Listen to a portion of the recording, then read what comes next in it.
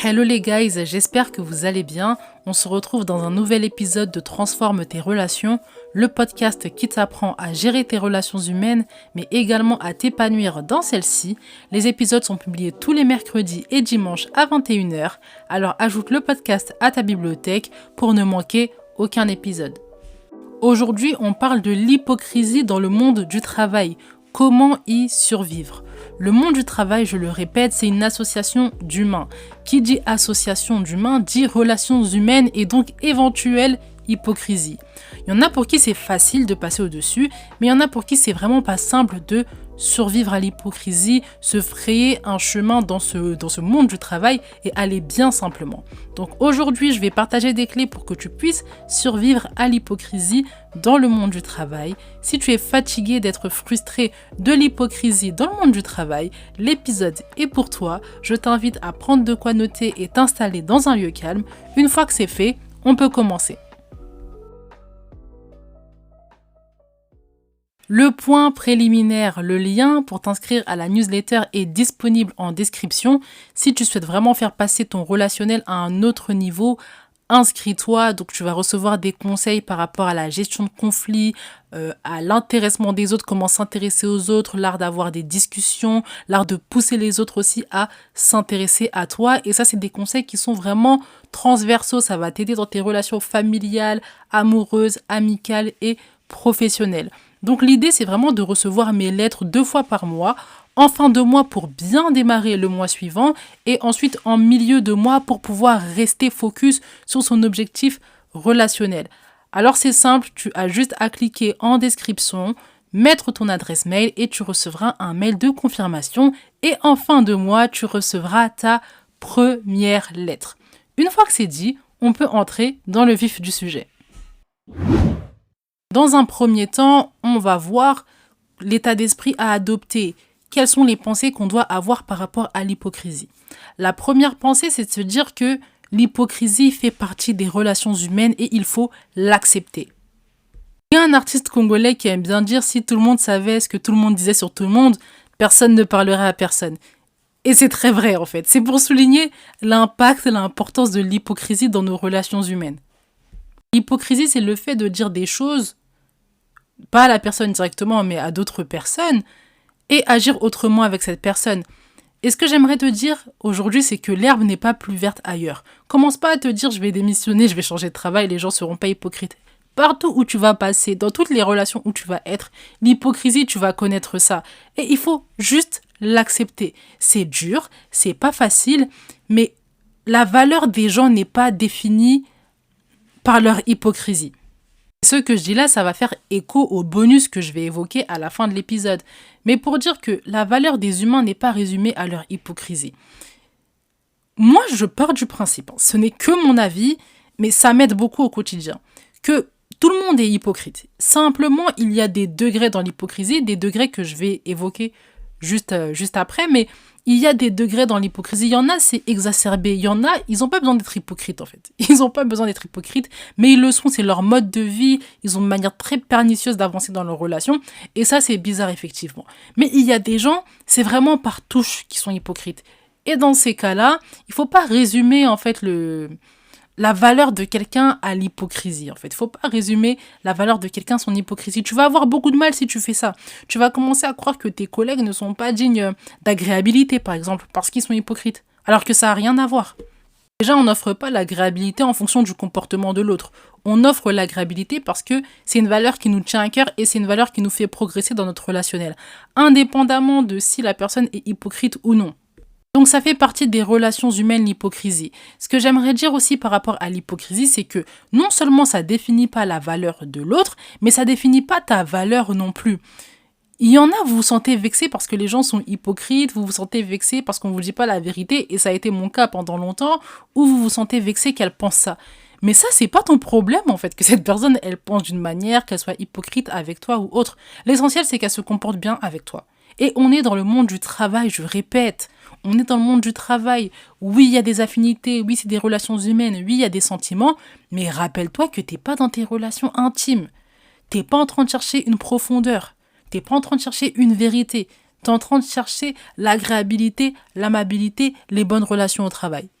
Et donc, si quelqu'un est hypocrite, mais en face de toi, là, elle se comporte bien, même si tu connais son hypocrisie, tu t'en fiches, tu fais ta vie.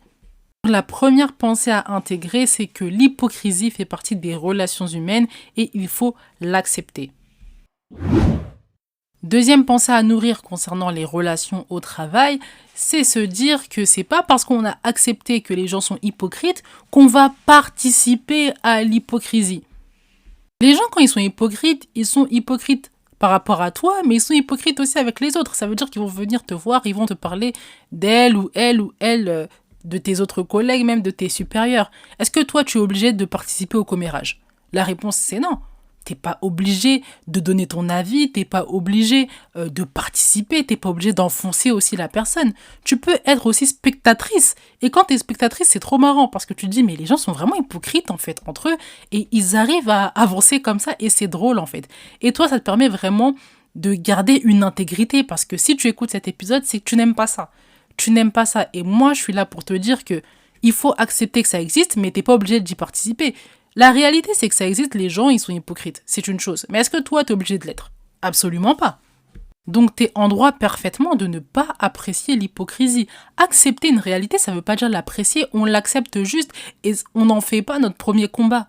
Ton premier combat, c'est pas l'hypocrisie des gens au travail. Franchement, tu dois évoluer dans ta profession, tu dois évoluer dans ta carrière, t'as des choses à faire dans ta vie personnelle et professionnelle. L'hypocrisie, ça doit pas être combat. La seule chose qui doit être ton combat, c'est le respect. Est-ce que quand on te voit, on te respecte? C'est tout. J'insiste vraiment sur le fait que c'est pas obligé d'être hypocrite au travail pour s'intégrer ou pour faire du lien. Parce que dans beaucoup de travail, les gens qui avancent, les gens qui ont un bon relationnel entre guillemets ou qui ont des alliés, c'est des personnes qui sont souvent hypocrites. Quand il s'agit d'enfoncer quelqu'un, elles vont enfoncer cette personne, mais elles vont jamais lui dire en face les critiques, les remarques. Donc, je peux comprendre ta position. Tu te dis, mais en fait, si je suis obligée d'être hypocrite, mais non. Tout à l'heure, on va voir les stratégies qui vont te montrer que tu peux réussir dans ton relationnel au travail sans être hypocrite. Donc, c'est pas parce que tu acceptes une réalité que tu es obligé d'y participer. Et surtout, pour faire progresser ton relationnel au travail, tu n'es pas obligé d'être hypocrite. Donc la deuxième pensée à intégrer pour survivre à l'hypocrisie dans le monde du travail, c'est que tu n'es pas obligé d'y participer. Et enfin, la troisième pensée à intégrer, c'est la pensée des degrés de l'hypocrisie. Connais les degrés d'hypocrisie de chacun. Il y a des gens qui ne sont pas hypocrites. Ils font preuve d'hypocrisie occasionnellement. Et il y a des gens foncièrement hypocrites. Eux, vraiment, leur mode d'emploi, leur mode de vie au travail, leur relationnel au travail est basé sur l'hypocrisie. Quand tu sais faire cette différence, ça te permet de relativiser par rapport au comportement d'une personne. Tu l'humanises, tu te dis non mais en fait cette personne-là, c'est pas une personne hypocrite, c'est juste que sur ce point précis-là, elle a fait preuve d'hypocrisie. Sinon, en temps normal, elle n'est pas comme ça.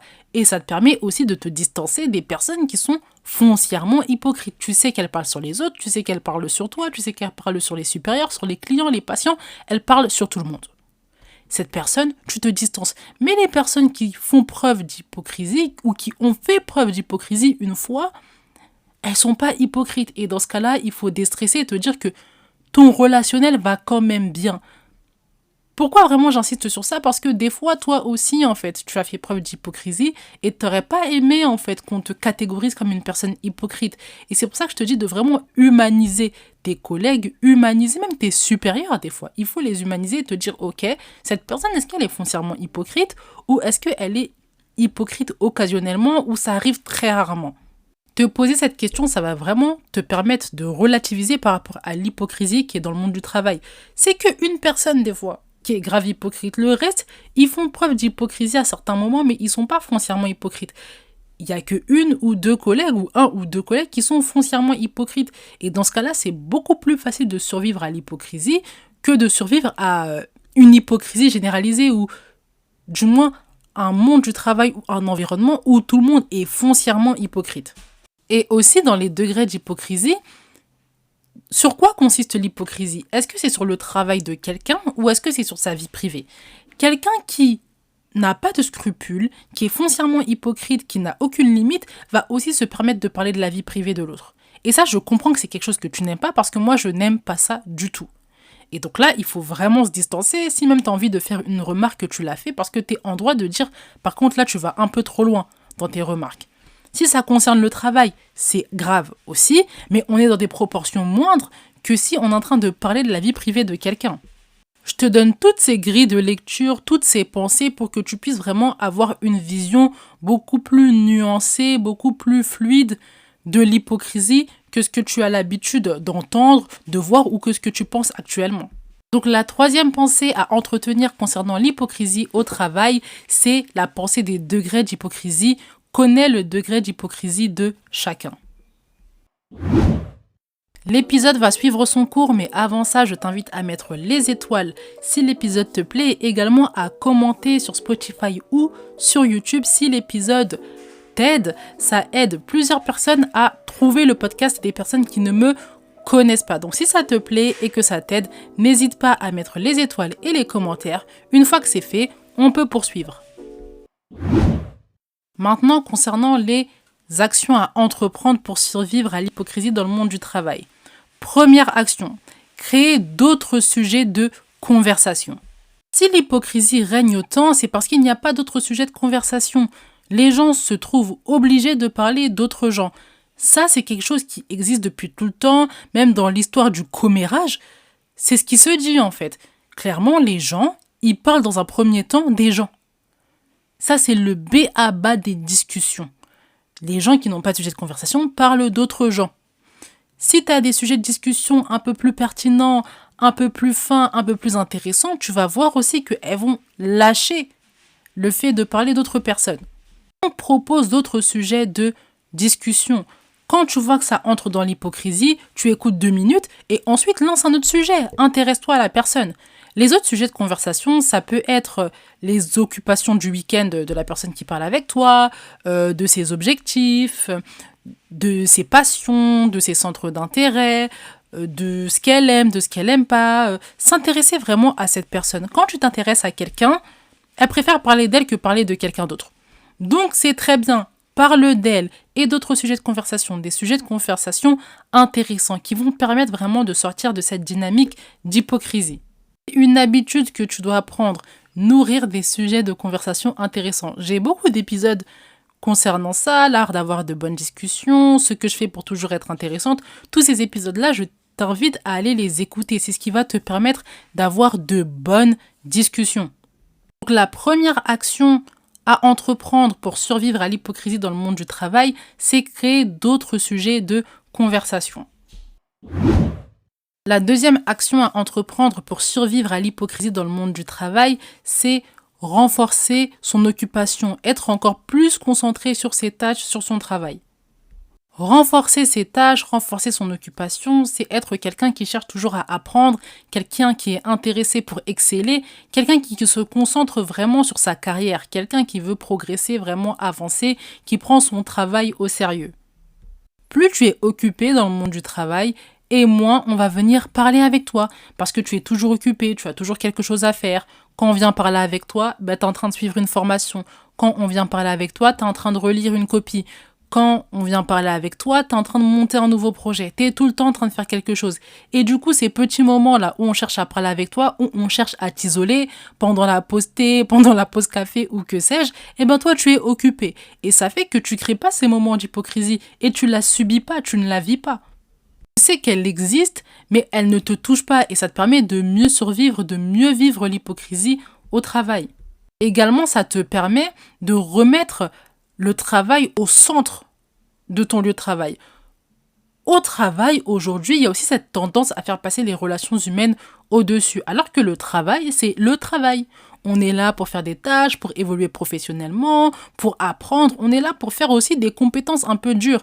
Et c'est moi qui parle, Wendy qui fait des podcasts sur les relations humaines, améliorer le relationnel au travail. Donc c'est pour dire que il faut être sincère aussi, il faut aussi dire la vérité. Les relations humaines prennent beaucoup trop de place des fois dans le monde du travail. Et on oublie qu'en fait on est là pour faire sa carrière en fait. On est là pour sa carrière. Donc il va falloir aussi être beaucoup plus dur, revenir à la base du travail, revenir à la base de sa profession, ses tâches, ses compétences. N'aie pas peur de te sentir exclu. Quand il faut partager des moments ensemble, c'est-à-dire la pause déjeuner ou le matin, la pause petit déjeuner, il y a des entreprises comme ça, tu arrives le matin, c'est la pause petit déjeuner, vas-y, partage ces moments. Mais quand tu vois qu'on essaie de t'attraper à chaque fois dans les moments subtils, les pauses café, les petites pauses clopes des fois pour ceux qui fument, attention. Fais vraiment attention, essaye vraiment d'éviter ces moments-là.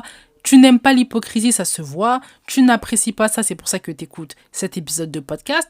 Donc, fais tout aussi pour éviter ces moments-là et ça passe par la concentration sur tes tâches. Donc, te concentrer sur tes tâches, c'est la première chose. Et également, complètement t'imprégner de ton industrie. Écoute des personnes qui parlent de ton industrie, choisis des mentors, apprends, sois complètement plongé pour que tu trouves l'amour de ton travail, pour que l'amour de ton travail surpasse l'hypocrisie.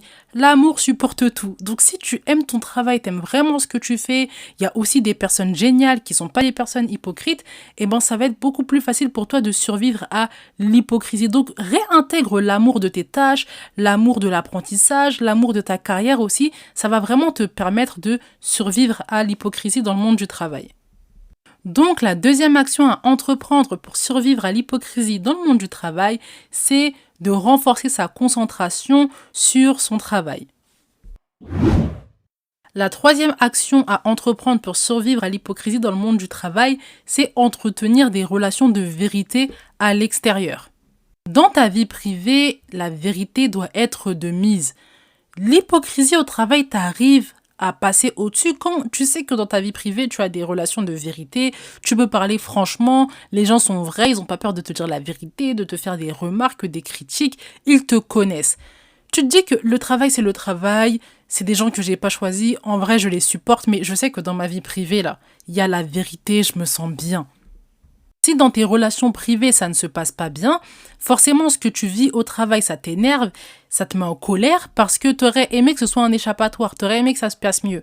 Sauf que ce qui se passe au travail, c'est la continuité de tes relations privées. Et donc forcément, tu as du mal à survivre parce que déjà, dans ta propre vie, là, tu coules. Dans ta propre vie, tes relations, ça ne va pas. C'est pour ça que j'insiste à chaque épisode de podcast pour avoir des relations saines, sincères, de vérité, à l'extérieur, dans sa vie privée. Tout est plus facile à supporter quand dans sa vie privée, ça se passe bien. Quand dans sa vie privée, on a des relations de vérité. Donc j'insiste vraiment, si tu n'as pas de relation de vérité, la question, c'est pas le travail, les gens, faut qu'ils soient moins hypocrites. La question, c'est de comment je fais pour avoir des relations de vérité, des relations amicales vraies, des vraies relations amoureuses, une vraie relation amoureuse, un vrai mariage, pour que j'ai de vraies amitiés, de vraies relations familiales. Comment je fais? Et là, tu peux écouter mes podcasts, tu peux écouter aussi d'autres contenus qui te poussent à avoir des relations plus intimes, des relations de vérité. Mais c'est ça le vrai problème, c'est tes relations privées, c'est pas tes relations au travail. Donc si tu souhaites survivre à l'hypocrisie dans le monde du travail, il est impératif que tu entretiennes des relations de vérité à l'extérieur. Et enfin, le bonus dont j'ai parlé en fin d'épisode, voir le positif de tes collègues. Tes collègues sont hypocrites, mais ils ont aussi des qualités professionnelles que tu apprécies. On connaît tous des gens hypocrites au travail, mais qui travaillent bien. On a besoin d'elles, on sait qu'on peut compter sur elles et c'est pour ça qu'elles continuent leur hypocrisie parce que on leur dit rien, on sait qu'elles bossent bien, on a besoin d'elles. Donc toi, vois aussi le positif de tes collègues, en quoi elles t'aident, en quoi elles t'apportent et comme ça va te permettre de vraiment baser aussi les discussions sur ça, sur la positivité. Ça va te permettre aussi d'aller mieux d'aller au travail sereinement parce que tu dis bon, c'est un humain avec ses défauts, avec ses qualités, je me concentre sur les qualités, je joue sur les qualités et ensuite c'est pas mon ami. Tout va bien. Donc survivre à l'hypocrisie, c'est des pensées, c'est voir le positif, c'est être quelqu'un qui décide en fait de fermer les yeux sur certains défauts. Ça fait partie des relations humaines et c'est quelque chose qu'on doit tous réapprendre en fait. Arrêtez de condamner les gens parce qu'ils ont un défaut. C'est peut-être un défaut qui te saoule, qui t'énerve, tu n'aimes pas ça, mais c'est ton collègue de travail. Non seulement c'est pas ton ami, mais en plus c'est un humain. Donc il faut accepter aussi les défauts des autres, se concentrer sur le positif. Et ça, c'était le bonus avec lequel j'avais envie de finir. L'épisode touche à sa fin, j'espère qu'il t'a plu. On a vu ensemble des réflexions et des clés à adopter pour survivre à l'hypocrisie dans le monde du travail. Comme dans tous les épisodes, je te conseille de choisir un axe, de progresser et de passer au suivant. Si l'épisode t'a aidé, je t'invite à le partager à ton entourage. J'ai également mis le lien en description du PayPal du podcast si tu souhaites soutenir ce travail. En attendant, médite bien cet épisode. On se retrouve dans le prochain. Prends soin de toi. Bye!